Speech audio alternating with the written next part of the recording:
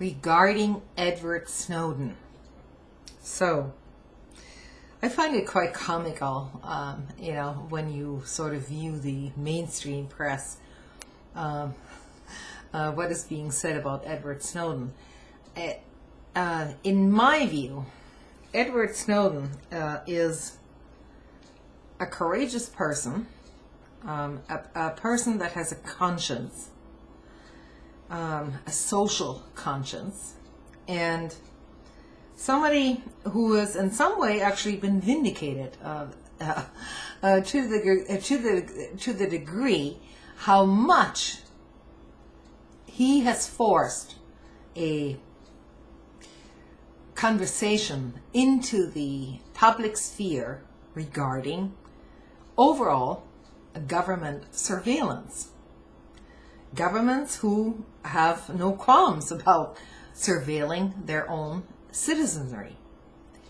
Now, this doesn't just extend to the NSA, of course. This extends to other nations as well, because those in power sometimes overreach. And it is becoming quite clear that this has been the case within, at least the last 30 or 40 years. This kind of overreaching reaches a point where people who weren't even aware of Snowden realized this before Snowden even came on the scene, of course. But he made such a stir about it that it is finally entering into the public discourse. I think this is a good thing. A person such as Snowden is dangerous to the powers that be, whether to the west or to the east, it doesn't really matter. He is a dangerous person that needs to be kept in check for all those that have vested interests, which he is essentially, he's exposing a lot of hypocrisy here on the parts of Western governments, and I can guarantee you if he ever gets out of Russia, he's probably going to say the same thing about them. But for the time being, of course, he is trapped there, which really wasn't his original intention to end up there to start with. Now, the interesting development in all this is, and in my view, I'm very skeptical about these things. Not conspirational, but skeptical about it.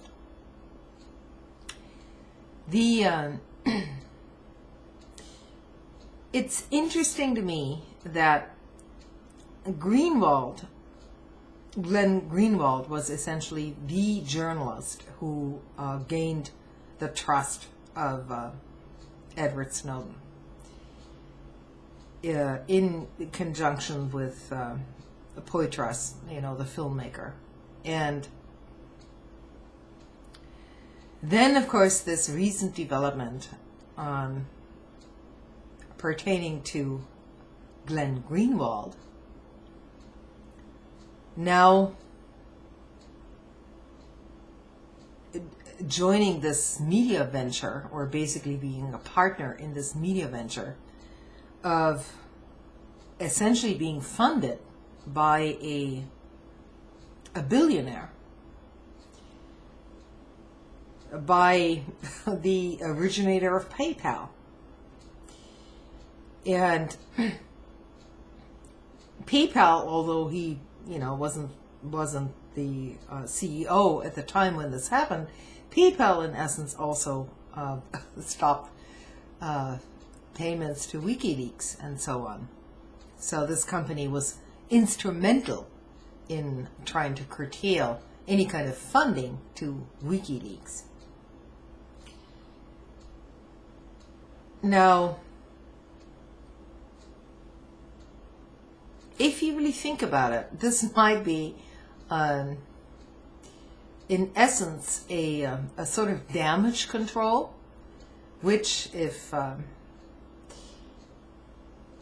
true, then Glenn Greenwald is also a fool for essentially hooking up with this 123rd richest person in the world, the PayPal founder, in order to instigate some sort of damage control, because most certainly one of the richest persons in the world, as the founder of PayPal can possibly or maybe be interested in causing his own fall from power, so to speak. Because let's be clear about this. This guy is in the billionaire class, so he has a vested interest in maintaining some sort of power, even as he perhaps tries to portray himself as, the billionaire who changed the system from within. That, of course, is also a possibility. I mean, who knows? But I would be rather cautious about this, because this sort of an alignment between Greenwald and the founder of PayPal, as I say, the 123rd richest person in the world, strikes me as somewhat ominous.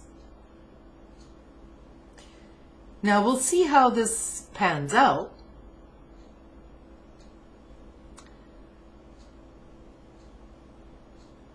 I mean, there are people within even the elite classes who will go against their own class. It's not entirely impossible. But I have to be pretty skeptical at this point, as anybody should be. The one thing that really disturbed me about Greenwald, and rest assured, I actually admire the guy for what he was trying to put out, all of his interviews, all of his criticism of the United States government, of all corrupt governments, in essence. That was all great. But the most troubling comments that I heard him make, and this was about 2 years back, not this recent thing, but the most troubling comment or opinion that he tried to justify was that essentially the decision of Citizens United, this corporate power grab, was in essence not unconstitutional in his opinion. Now, this is the opinion, I'm not sure if Glenn Greenwald still holds this opinion, but this is what he said at the time. I find this troubling, because if Citizens United, if that case stands, as the Supreme Court confirmed it, essentially what that means is that the power of money equals the power of a single vote. That seems to be completely contradictory to what Edward Snowden, for instance, is trying to get out there. So I feel very conflicted about this now. And I mean, that's just my take on it. In other words, I think this may be a way for the billionaires in order to mainstream Greenwald and getting him into their fold in some sort of a PR move, which I might add would be very clever. I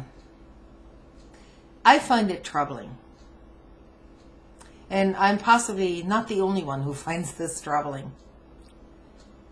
So I do hope that Edward Snowden was not double-crossed, but I wouldn't discount it. Snowden did what he believed was right, namely to expose corruption and the interworkings of major financial institutions and intelligence agencies in order to gain the upper hand. I believe what he did was a good thing. So that's my take on the situation. But as I say, it is unfolding as we speak.